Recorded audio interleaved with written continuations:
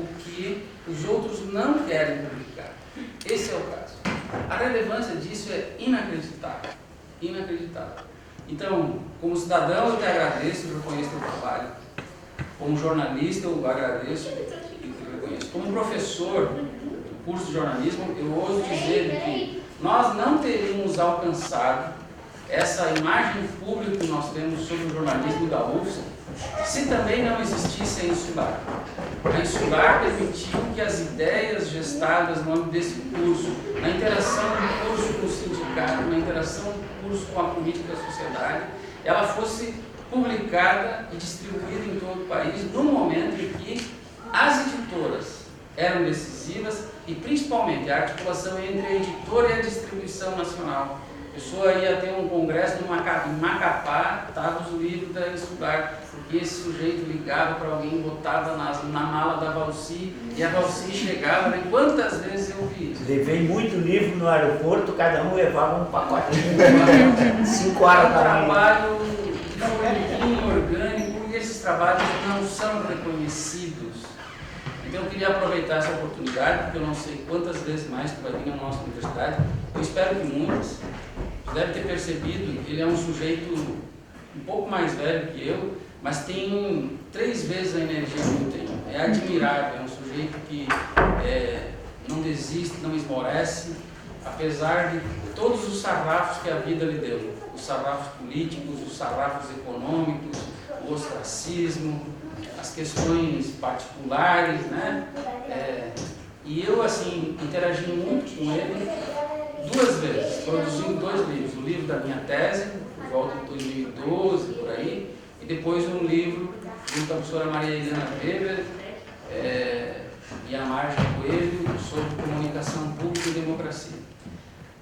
Ele é demorado para produzir, mas eu juro para vocês que eu me dava a incumbência de ir lá para cobrar o fechamento, vamos lá, mas eu torcia para que demorasse mais. Porque vocês devem ter percebido como ele fala do Lima Barreto, e de repente ele fala do Jânio, e de repente ele fala os termos de alpaca do Recife. O Rolim é o cara que todo mundo gostaria de ter por perto para trocar uma ideia no boteco, tomando um vinho. Ele sabe muito. Eu, na verdade, adoraria ter o Rolim no curso, não sei como, um professor de livre docência, um estágio, essas inviabilidades que a reforma não permitiu que nós tivéssemos. Nós temos uma universidade hermética, fechada, não é a do Darcy, ela é uma autarquia mesmo. Eu não consigo trazer, eu não consigo colocar dentro de um carro da UFSC para levar para a tua. Tu precisa dizer qual é o teu vínculo com a situação. Então, eu só tenho que agradecer, Rolim, por toda a tua trajetória, por estar aqui. E como eu estou coordenador, então eu sou empoderado, então em nome do programa de pós-graduação, simplesmente obrigado. Continue até que tu consiga ler, que a natureza permite que tu consiga ler, que tu consiga pensar, que tu consiga nos estimular. Produza os livros que a burguesia quer, eu já vi lá, né? Mas também produza aquele livro, como aquele livro histórico daquele nosso amigo sobre as terras do Iraque, aquele livro sobre a grilagem de terra que gerou essa elite rica aqui em Florianópolis, que eu em seguida dou para os meus alunos procurarem pautas, explicar porque certas famílias são donas de tudo aqui em Florianópolis, onde veio o capital original. Então são essas obras que realmente marcam, né? E eu desejo muita sorte e saúde. E espero que os alunos outras vezes nos tragam, e nós professores, para falar nas disciplinas, para ser entrevistado. Você merece um TCC. Você, a tua editora, a tua história, assim como o Barbones merece, lá em Porto Alegre, cumpre um papel parecido com a Jai Editora, né? Embora voltada mais para o jornalismo mesmo, para a produção de obras originais. Era isso. Na verdade, quando eu vi o centro acadêmico, pela montagem da mesa, como a Abel disse, por essa temática e especialmente por trazer. Eu não sei quem teve teve a ideia, mas já passou comigo na próxima disciplina e pode me pedir uma cerveja no boteco que eu pago, pela ideia de trazer o rolinho, certo? Obrigado.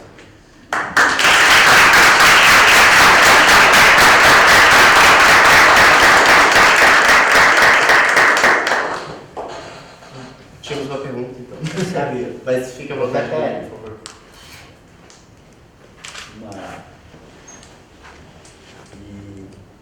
Locatelli, nós nos encontramos. Nós somos do Saco Grande, moradores do bairro. Vizinho.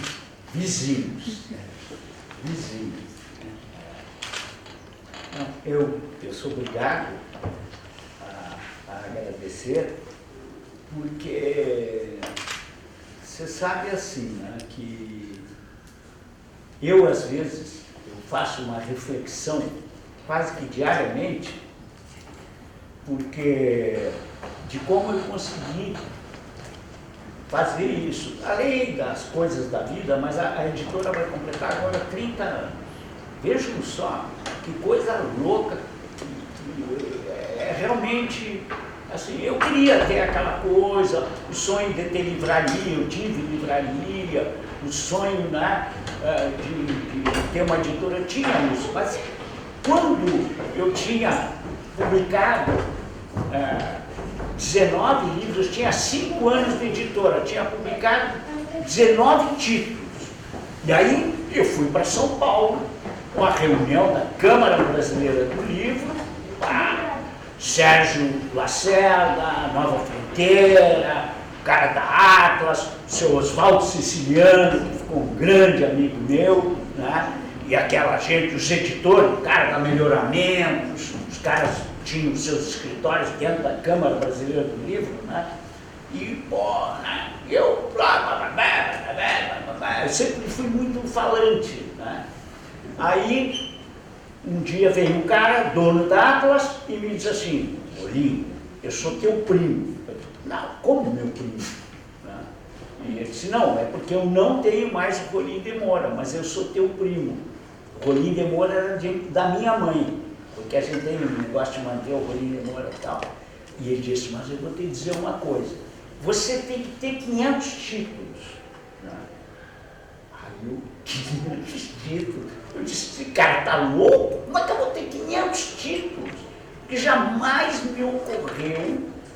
Eu disse: isso é impossível de alcançar. E vejam só, 5 anos eu tinha 19 títulos. Hoje, a editora tem 1.500 títulos. Então, nos últimos 25 anos, eu publiquei 1.480 títulos. Então, é algo, quando eu penso, mas olha, eu vou dizer uma coisa para vocês, não é para me exibir, nem me colocar como vítima, cara, mas nesses 30 anos de editora, eu me afastei da editora, no total, só 3 semanas.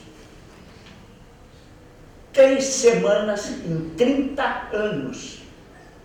Né? Porque a minha editora, por ela passaram todos os meus sobrinhos, todos os meus filhos, meus netos agora, porque ela foi construída e tive grandes parceiros. Né?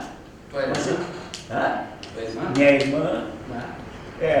Várias pessoas se aposentaram dentro da editora. Então, realmente, isso é uma coisa assim, cara, eu fico assombrado, sabe, com o que foi feito com a editora. E essa relação com o curso de jornalismo, ela foi substancial, ela foi importantíssima.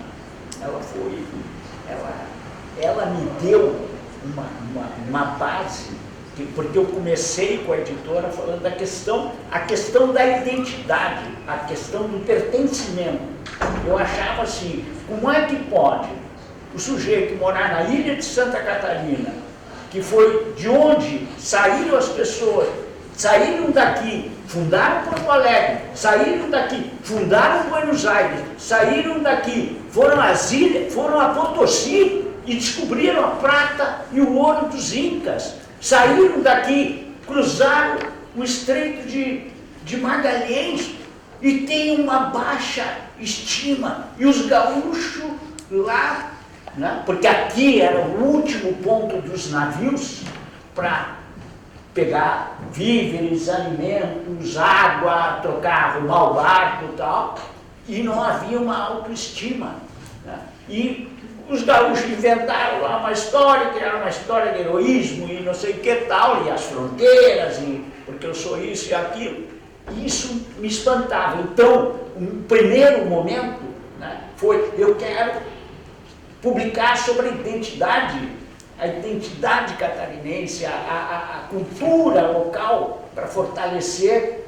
O primeiro livro que eu publiquei se chama A Revolução Cultural do Mercosul, porque eu fundei a editora em 94, e em 94 estava se criando o Mercosul, era o Sarney. Eu tinha morado na Argentina, né, muitos anos e tal, e aquela quantidade de livrarias, morei num período maravilhoso, 73, 74, as livrarias não tinham nem porta na frente. Quem pôde vivenciar essa época aqui, quase ninguém.